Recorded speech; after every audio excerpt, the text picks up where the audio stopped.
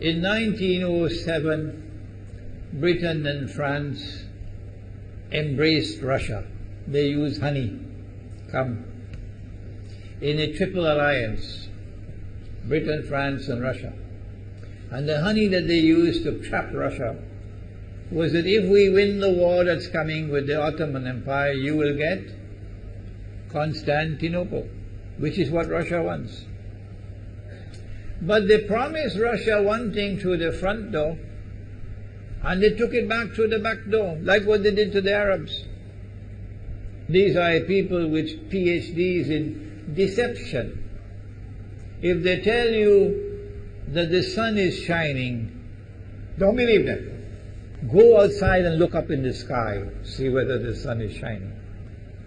When the Russian army had fought in the First World War and had suffered the most losses, the brunt of the kill were Russians, and they were now winning the war, and the Ottoman Empire was collapsing, and the Russian army is only an arm's length away from Constantinople.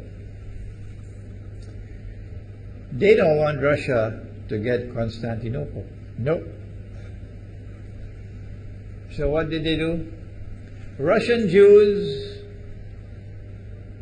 organized and executed the Bolshevik Revolution, which overthrew the Russian monarchy. They killed the Tsar and the whole family, overthrew the government, and took Russia out of the war. So the Russian army had to stop in its tracks and could not go to Constantinople. In other words, the Russian Jews stabbed Russia in the back. They did more than that. They brought communism. Communism is not Russian. These dum-dums don't understand that. Communism was created to destroy Russia.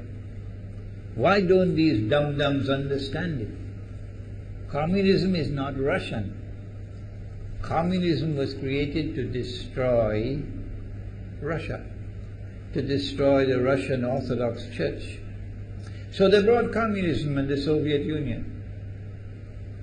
And for the next 60, 70 years, this Zionist-created entity called the Soviet Union waged war on religion, waged war on the Russian Orthodox Church, killed the priests, closed down the monasteries and churches and so on. 60, 70 years. And then, when the appropriate time came and Israel came into being, it is this same Soviet Union which opened the doors for millions of Russian Jews to now migrate to Israel. If you go to Israel today, you might believe you're in Russia. So many people speaking Russian. These are the Russian Jews. And then the Soviet Union, 6 years after Israel came into being, did something strange and mysterious. Crimea is Russian territory. Crimea is a part of Russia. The Soviet Union decided to give Crimea as a gift to Ukraine. Why did they do that? The historians don't tell you. So let Imran tell you. They gave Crimea to Ukraine in order to stab Russia in the back one more time. Because if Russia loses Crimea, it will enhance Israel's security. The Russian Navy is based in Crimea, and there's a straight line from Crimea to Constantinople. To get out of the Black Sea and to get into the Mediterranean Sea, you got to pass through the Bosphorus. And the city of Constantinople is located right there on the Bosphorus. So they gave Crimea as a gift to Ukraine. They never bothered to consult the people of Crimea and get their consent. No. They never bothered to seek the permission of the Russian people. No. But Washington doesn't want to hear that. The foolish man who now sits in the White House of the United States, the foolish man who would like to pretend that he's a man of wisdom, he doesn't want to hear. But what are the rights of the Russian people? Were they not violated? Do they not have the right to correct Iran and recover the territory which was unjustly taken away from them on Israel's behalf? Obama doesn't want to hear that. It's inconvenient for them. But in this masjid, we will expose whether it's convenient to you or not. They did more than that. Not only did they give Crimea to Ukraine, but earlier on they gave eastern Ukraine. Eastern, part of it is now eastern Ukraine was Russian. It was Russian. And the Soviet Union gave it as a gift to Ukraine. Why is it being given to Ukraine?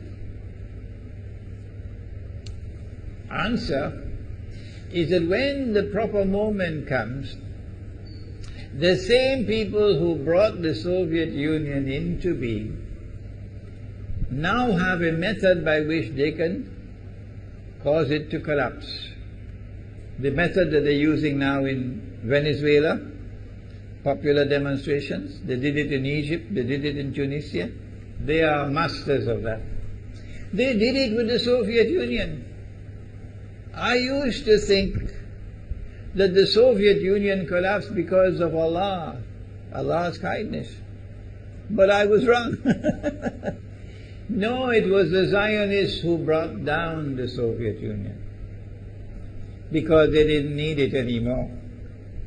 Like tomorrow they wouldn't need you anymore, Saudi Arabia.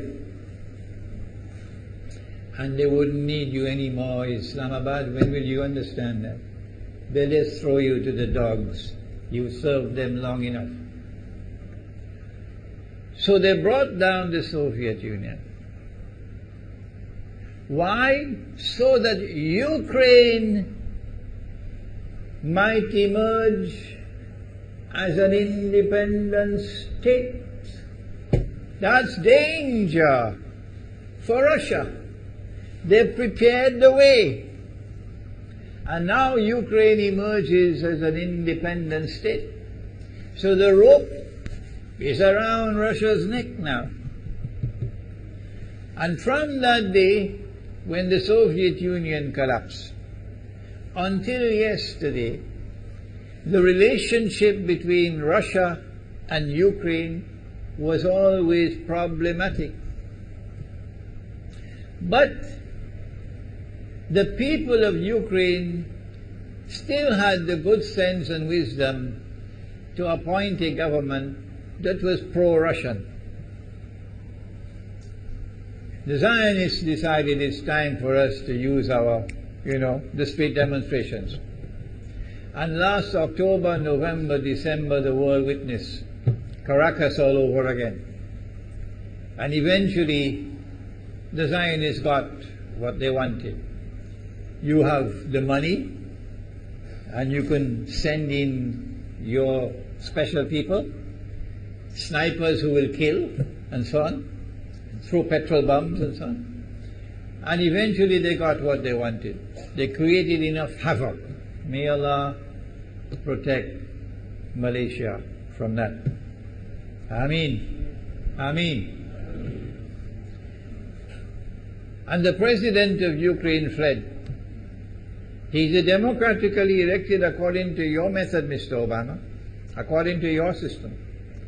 He's a legally elected president of Ukraine. And he had to flee. And these hypocrites in Washington and London and Paris who would like us to believe that they are honorable men. They are not. Instead of standing on the side of the legally appointed president and demanding the rule of law, they all showed their colors as hypocrites in immediately recognizing the new government in Ukraine. The new government in Ukraine is anti-Russian. That's what they wanted. That's why they brought down the Soviet Union, to bring in a Ukraine into being as an independent state, and then to eventually get an anti-Russian government in Ukraine. If by Allah's kindness Putin had not intervened and been so spectacularly successful, this is what the plan would have been. The new government in Ukraine would have joined NATO, and Russia could not stop it.